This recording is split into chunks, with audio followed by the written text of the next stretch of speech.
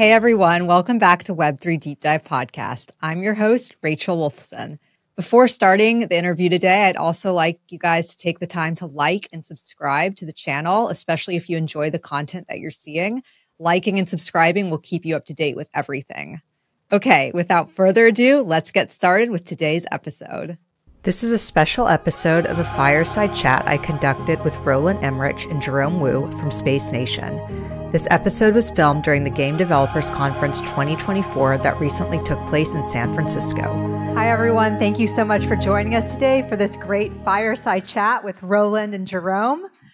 Thanks to Space Nation for organizing this panel, and I hope everyone is enjoying GDC 2024. I know I am. It's beautiful weather, so that's great. So before getting started, I'll just start with a brief introduction about myself. My name is Rachel Wolfson. I'm a Web3 journalist. I've been in the industry, the crypto industry, since 2017. I've written for publications including Forbes, Huffington Post. I write for Cointelegraph and CryptoNews.com. And I also have a podcast called Web3 Deep Dive Podcast. So that's a little bit about myself. I live in San Francisco, so it was super easy to get here today.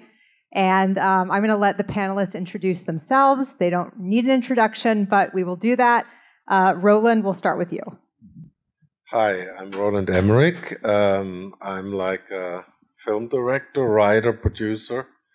I kind of just made my first TV show. It's called Those About to Die. It was like 1.5 years in Italy shooting it. And a little bit more about this later. But that's, what I did. But I did a lot of other movies like Stargate, Independence Day, Day After Tomorrow, etc., etc. Hi, everyone. My name is Jerome Wu, co-founder of Space Nation, and I'm a gamer for almost like 35 years, and I'm in the game industry for 21 years. And I was originally from China. I was from China, and I was the very first product manager for World of Warcraft in China, and launched the game back in 2005 in China. So I've been working on some other titles, including all the Blizzard titles, and also Guild Wars 2, also World of Tanks and World of Warships in China. But now I'm fully in Web3 gaming, be more specifically Web3 MMORPG, all in Space Nation right now. Great.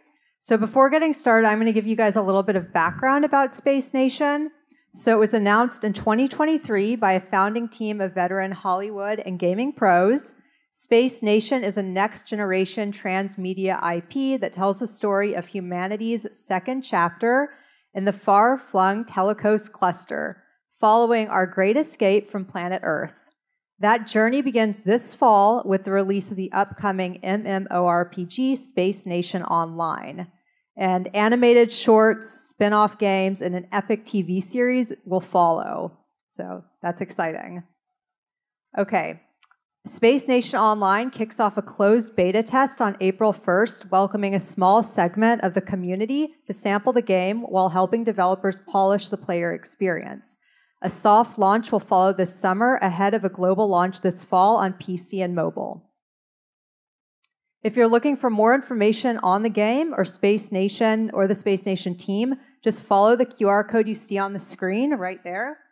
And then share it on social media too, and that will just provide more information. Okay, without further ado, let's get started. So, Jerome, let's talk a little bit about Space Nation. Tell us about Space Nation Online and what kind of experience the players can look forward to. So Space Nation is a Web3 space opera MMORPG. And what we are really trying to do, our ultimate goal is to basically bring World of Warcraft together with Guardian of Galaxy. So in this game, you are actually playing as a captain and drive your spaceship, and there are going to be NFT crews in your cabin, and you can go through all kinds of activities, events, and adventures in this vast universe.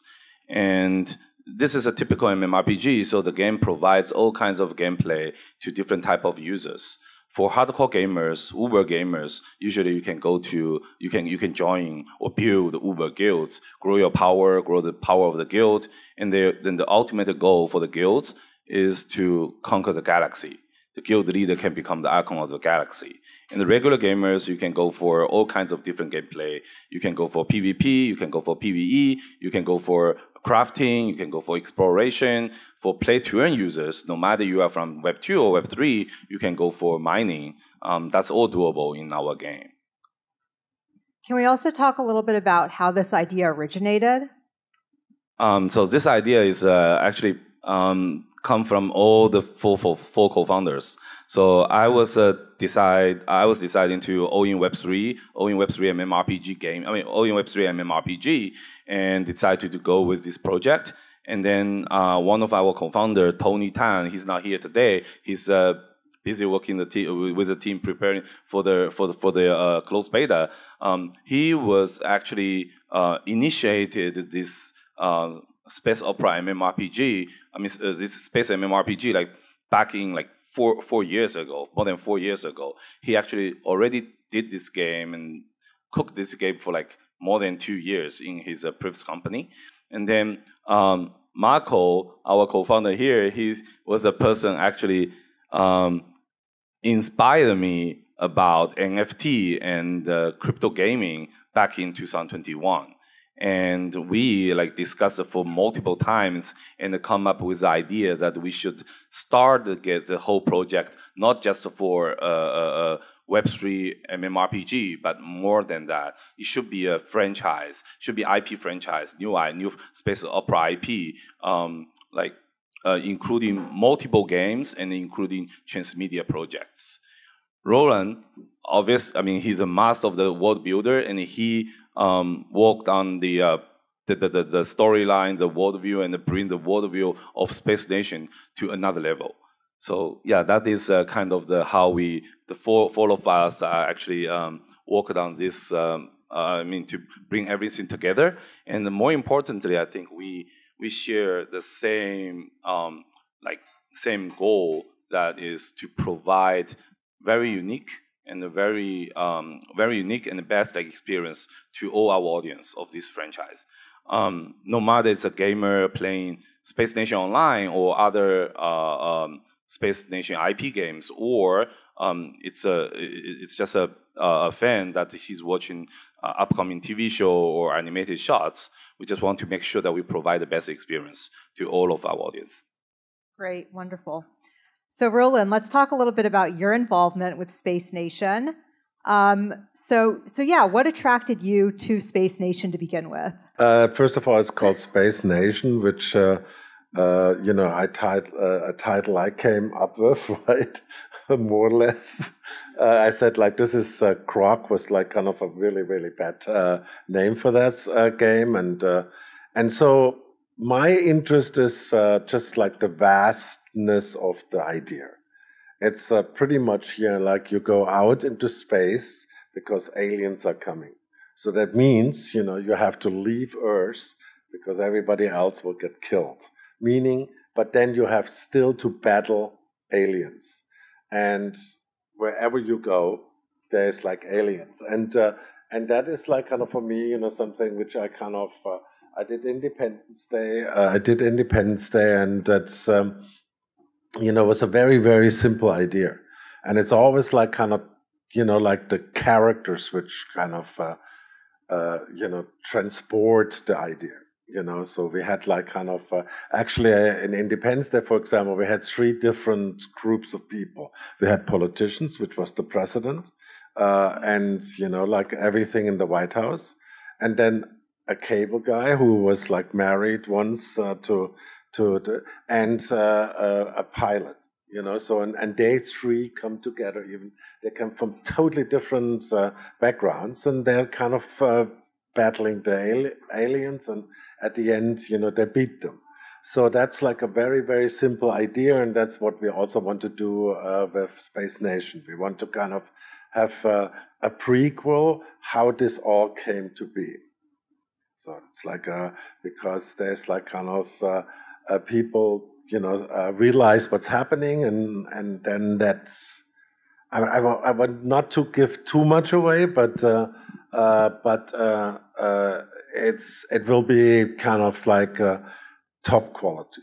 that's what all I can promise. So is that same model going to be applied to the eventual Space Nation TV series? Yes, we want, but like we want to also like kind of maybe make it like kind of look. It's like this: when you have like, you have to kind of see how this develops. But I really, really believe in it, and so that means maybe the first 3-4 months, you like show it only on Web3, and then you go out to the people, and maybe also partly finance it through Space Nation. Right. Yeah, Jerome, I want you to add on to that. Right. I think we should. I mean, the world is evolving like quickly, right? And lots of things has changed. I think we for the Space Nation TV show, we internally discussed about we should probably like do it in a very creative way.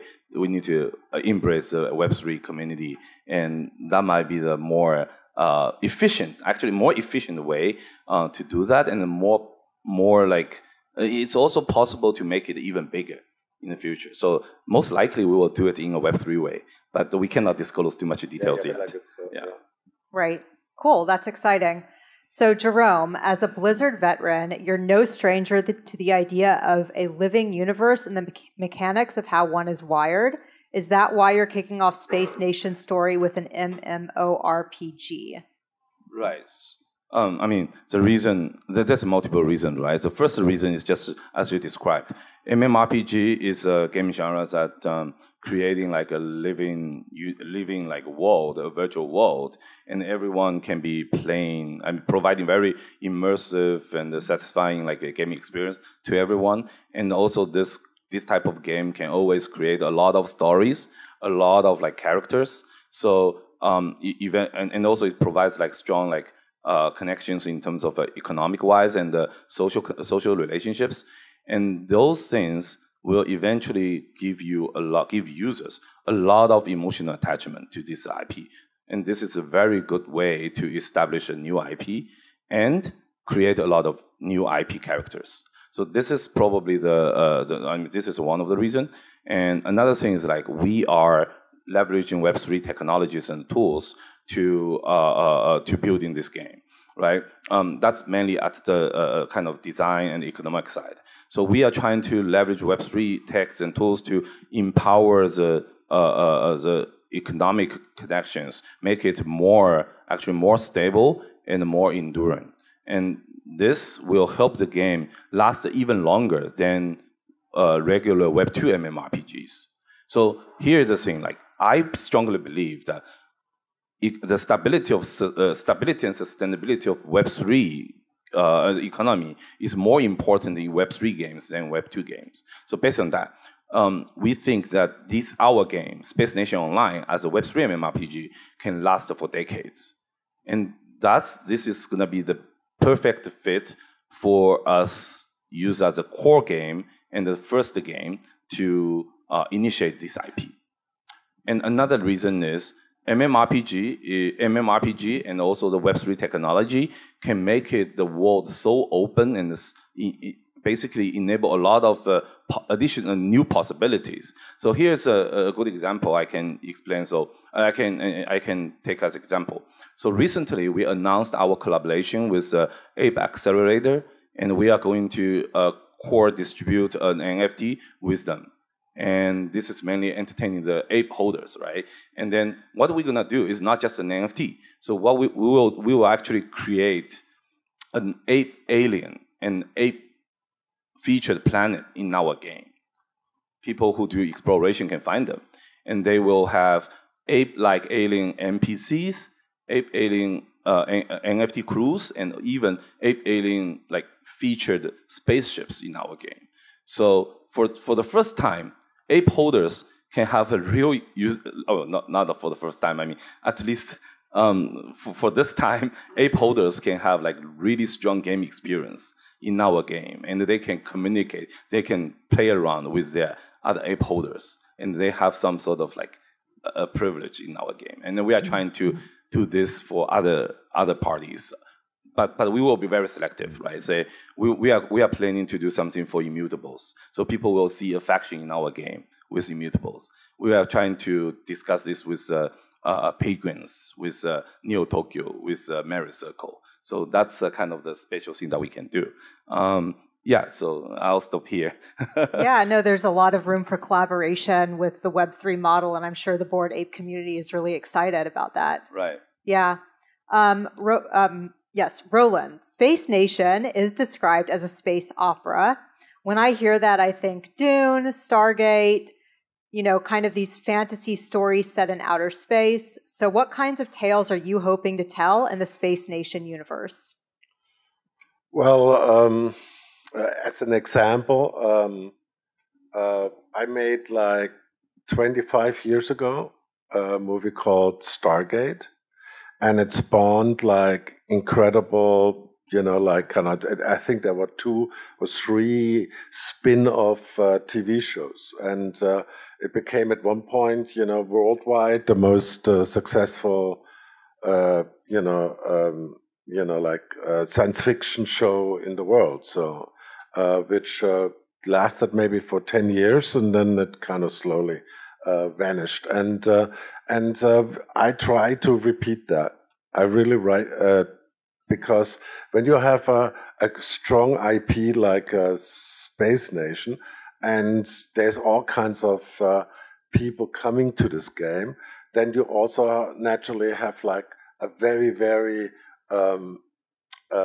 like fans, which will also want to kind of see everything else. Meaning, you can like kind of then, go into other parts. And one is like kind of the first thing what we're like actually trying to do is a prequel, where we're like kind of saying, okay, so this is how this all came to be. And I don't want to go really into that, but this is like kind of for me, the continuation of, this kind of feeling that I think there is really no new science fiction show on television.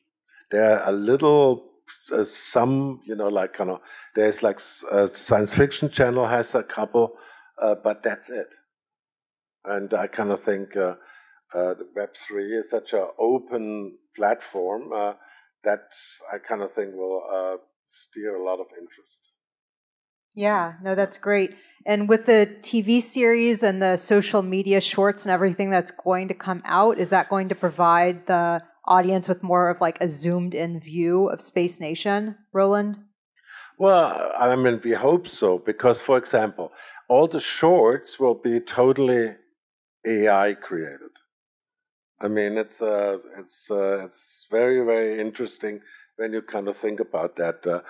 This will only work for a short form, but it will still work. And we start like kind of very simple, and it's all more in the manga culture, but it will be hopefully successful. AI generated shorts. That's interesting. I can't wait to hear more about that. Okay, Jerome. I know part of Space Nation's origin story is shaped by your interest in exciting new forms of technology. Why do you think of this as a next generation transmedia project? And how will Space Nation Online specifically bring innovation to the MMORPG genre? So, because I've been working in game industry for so long, and I always believe that gaming is always can become the best like testing field, testing ground for all kinds of different new technologies, right? Sometimes people just awkwardly just add them to it and didn't do well. But if you do it right, usually the best way is like to think about this to always think about how to leverage the new technology to either improve the game development or creating new game experience or enhance and provide better game experience. If focus on these 3 directions, you can always make a difference. And that is how we actually leverage all the new technologies and existing technologies that we have to create Space Nation Online. I will make some examples. For example, we do this like differently because we know what we are good at. We know what we are not good at, and we will use in-house. We do in-house for those one we are excel at. We will work with the best partners to do something that we want to achieve with real experts. So, for example, we are really good at creating MMORPG and creating like really good economy in the game, and we are doing it fully in-house, and we learn from Web3 and we create a very unique, very different tokenomics, and to basically to create like a much more stable and much more sustainable like ecosystem in the game. And this is something that I can go very deep, but if you guys have interest, we can discuss after this. And so this is the thing that we created for Space Nation first in-house, and two. One of the goals that we did for Space Nation Online is like we want to maximize the liquidity in the game. So we leverage our own like backend technology ability, and we're gonna make Space Nation like one global universal server.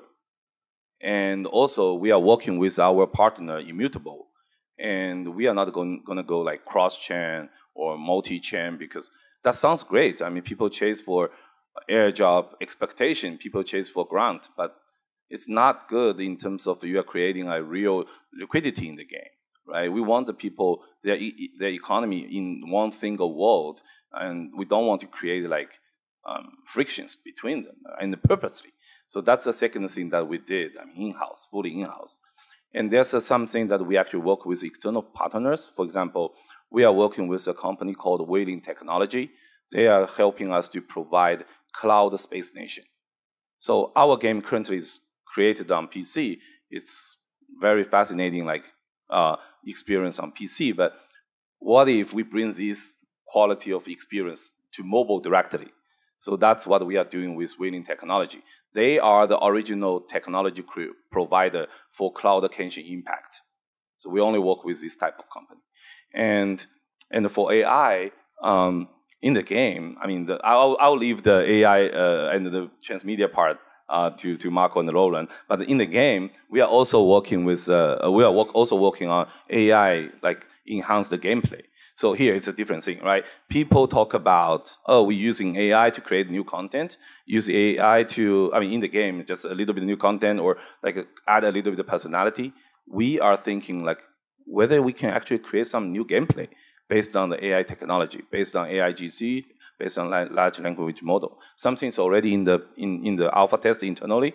I hope that we can disclose more details and invite everyone to test our AI GC gameplay module right after our closed beta.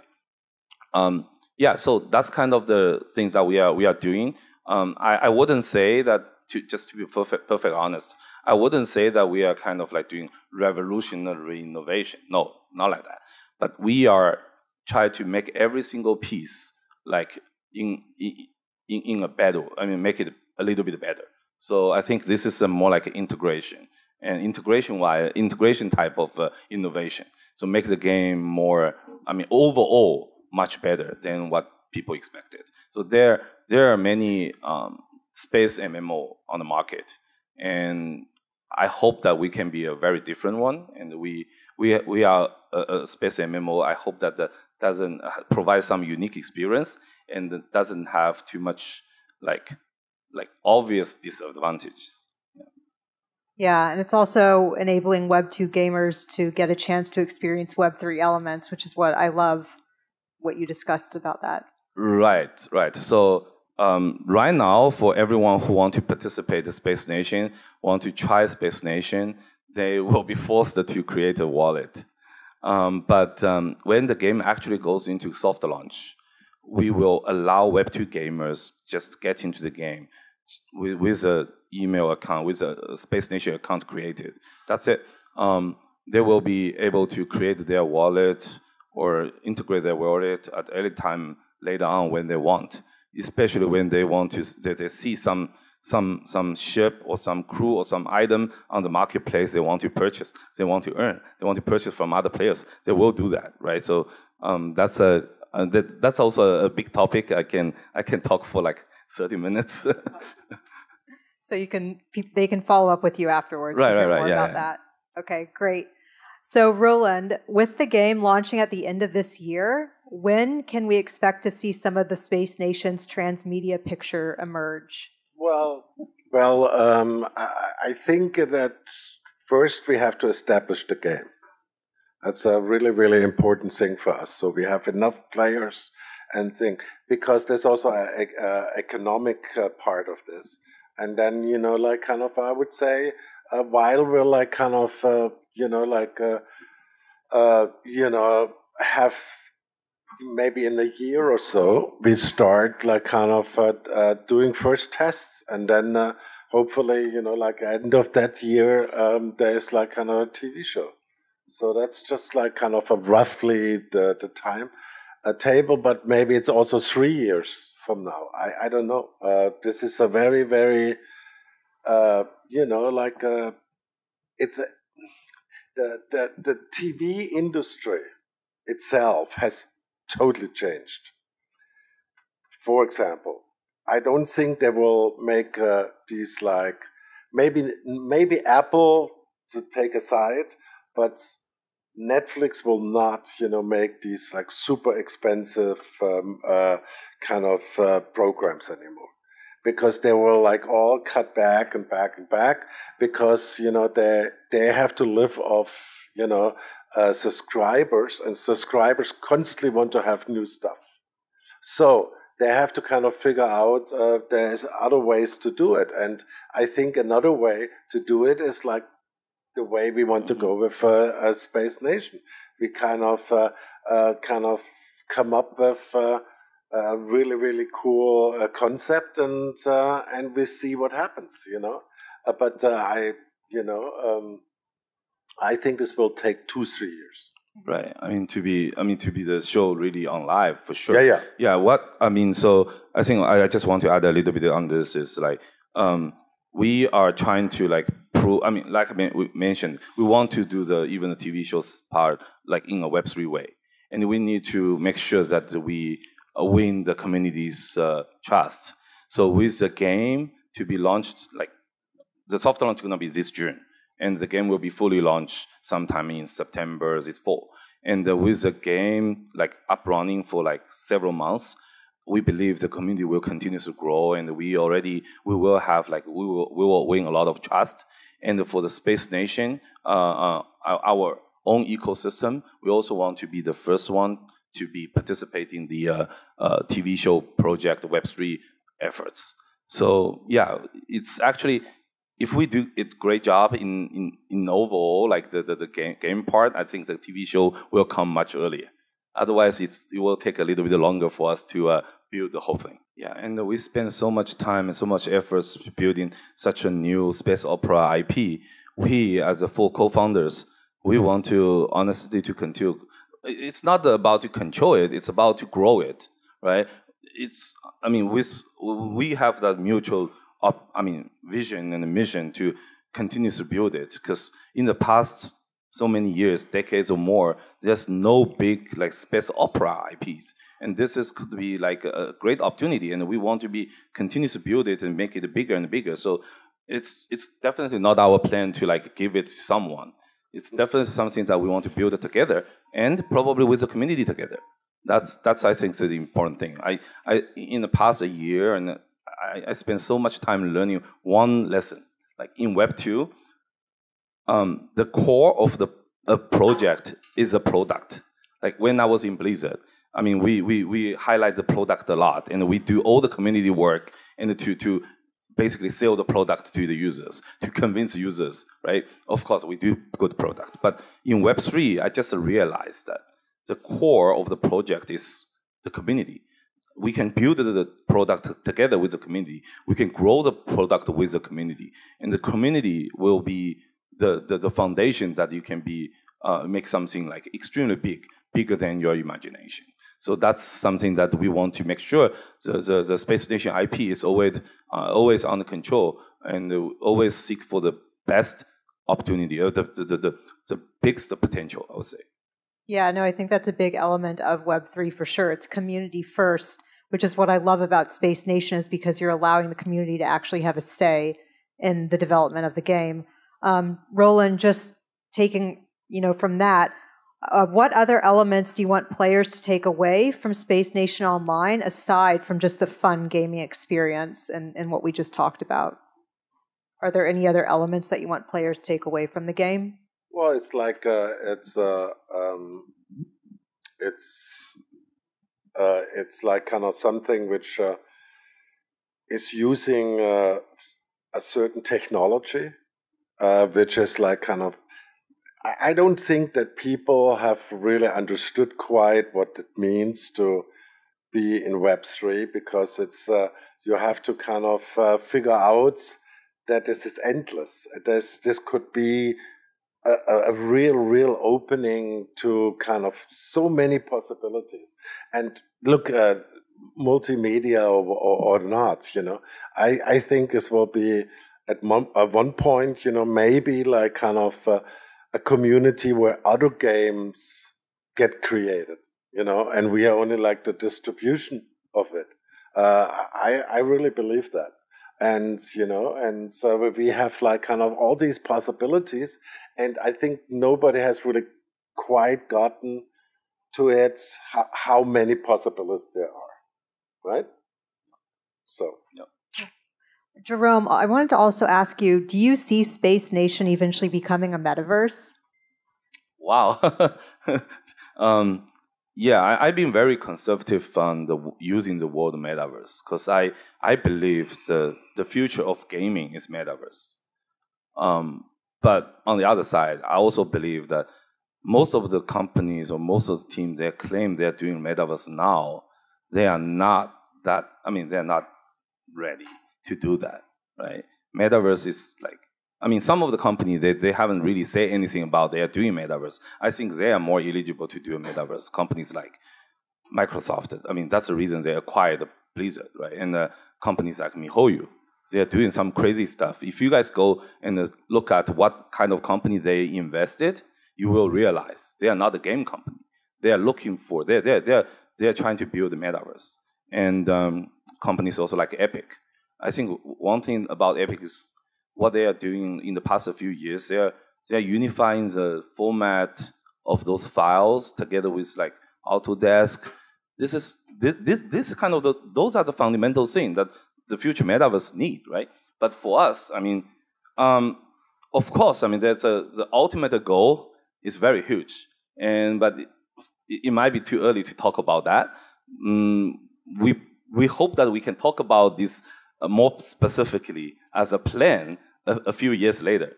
For now, we want to make sure that we are creating good games, great transmedia projects, establishing a real new space opera IP. Yeah. I can share more details about that, if not like positioning as Space Nation. we have some like very hidden plan, but I think it's too early. Yeah. Okay. So when you're ready, we can talk. Right. Wonderful. Well, I'm so excited for Space Nation Online. I hope you guys are also, and enjoy GDC.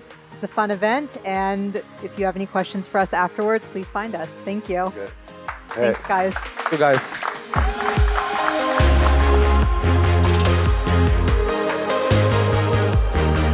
Special thanks to 4Labs Digital for producing Web3 Deep Dive podcast. I'd also like to thank the sponsors behind Web3 Deep Dive. You can click the links in the show notes to learn more about each of the Web3 initiatives from these sponsors. Finally, thanks to the listeners for tuning in. Please be sure to subscribe, like, and share. I'll see you guys next time.